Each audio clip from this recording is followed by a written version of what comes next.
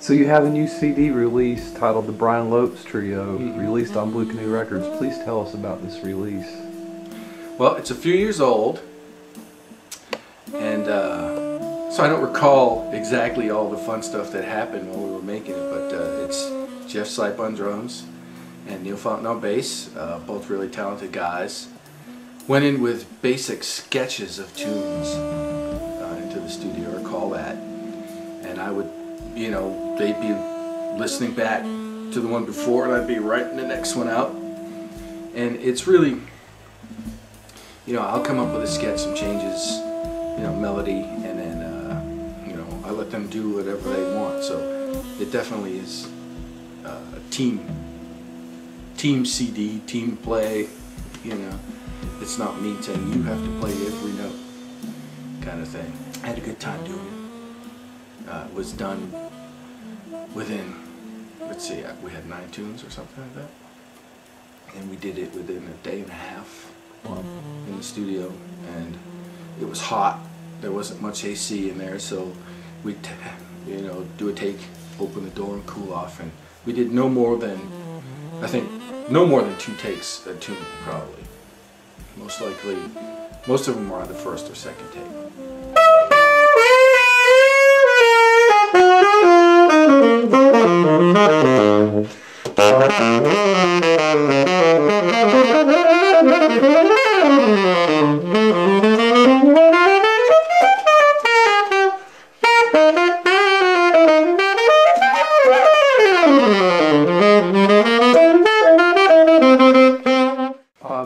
So the release features Jeff Sipe and Neil Fountain. How did you meet them? How long have you known them? How did you choose them for your record? When I first moved to Atlanta in 1988, that long ago, 20 years, one of the first drummers I ever worked with was Sipe. He had just gotten here too. And so I've known him that long. And I mean, we play all the time. We collect. We played in a bunch of different things together. And anyway, I just decided to put a trio together. And Sipe was like, "Hey, I know this bass player from Macon." It's like, "Man, you know, you'll love him." So he's like, "Man, Neil Fountain," and we just clicked. You know, me and Neil have a real easy way of communicating musically, you know, so it's really effortless that way. And of course, you know, he likes doing chords on the bass, so it fills up the sound. It's easy to have that big trio sound, and I like the trio because it leaves more to the imagination for me too. You know, I'm not locked into a piano player telling me exactly what to play every time. So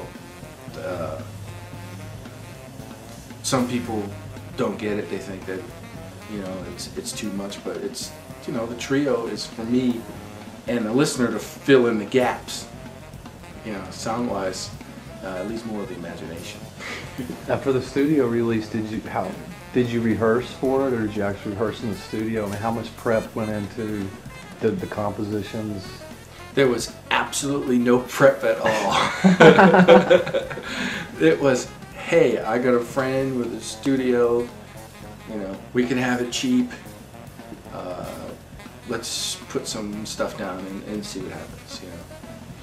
And yeah, and the same thing, I sketched out some basic ideas.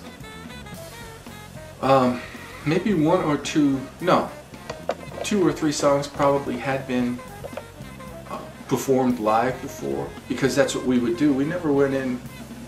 We were playing a lot at that time. We had steady gigs in town, and so I mean, that kind of music takes some preparation just to learn the communication amongst yourselves. But and you assemble the players together. you like to incorporate what they're bringing to it, or would you rather kind of initiate, kind of dictate to them on some levels what to play, or do you leave that open for interpretation? Okay, here's my take on it. My vision starts with the choice of players.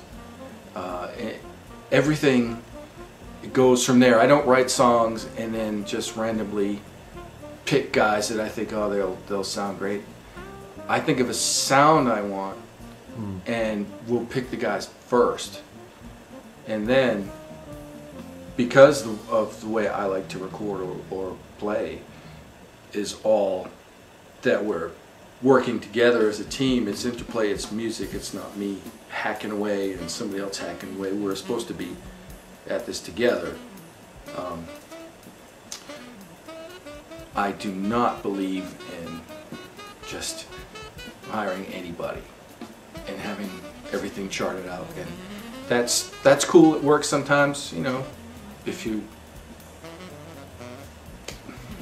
geez, there's lots of examples of that kind of stuff that work great, but that's real song driven, and mine is less as far as song driven.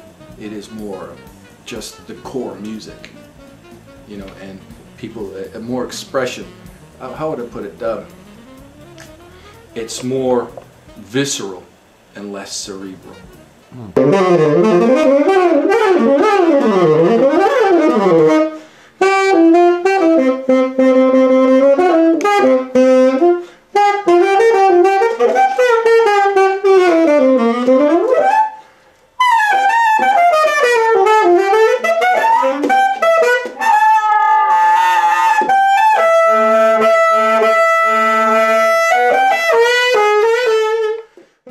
Yeah, I do not believe in normally editing or anything. I like it to be what was put down was what you get, mistakes and all. You know, just like they did in the old school. They didn't go and fix it. Sometimes they'd splice, you know. Maybe you Pro Tools if it's too long, along those lines. But on that record, there was no editing on that one.